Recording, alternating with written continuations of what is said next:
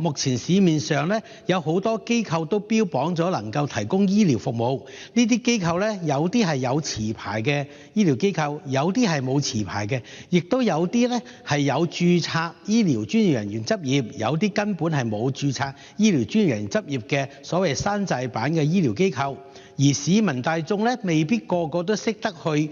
查閲咧私營醫療機構登記冊或者係醫護專業註冊名單，亦唔識得咧係點樣去分辨咩叫做機構咧係正規嘅，咩係唔正規嘅。因此咧，我想請問當局有咩措施加強對尚未持有牌照嘅醫療機構進行監管，確保佢哋咧能夠提供專業嘅醫療服務，保障消費者及病人嘅權益，同埋咧香港醫療行業嘅聲譽。其實咧監管私營機構嘅服務咧係需要整全嘅法律工具嘅。好似我頭先咁講，我哋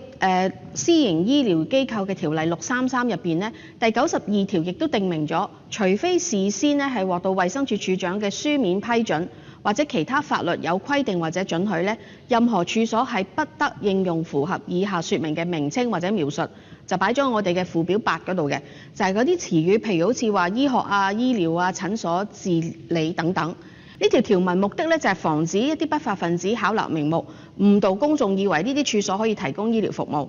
咁我哋會隨住診所同埋小型執業診所規管制度實施咗之後咧，政府就會盡快啟動呢一條條例第92條㗎啦。咁除咗私營醫療機構之外咧，我哋亦都有各項嘅條例咧係規管專業人士、醫護嘅專業人士嘅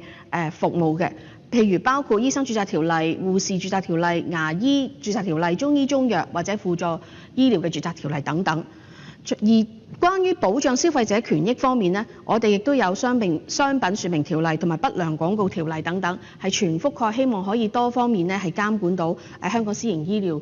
機構嘅服務嘅。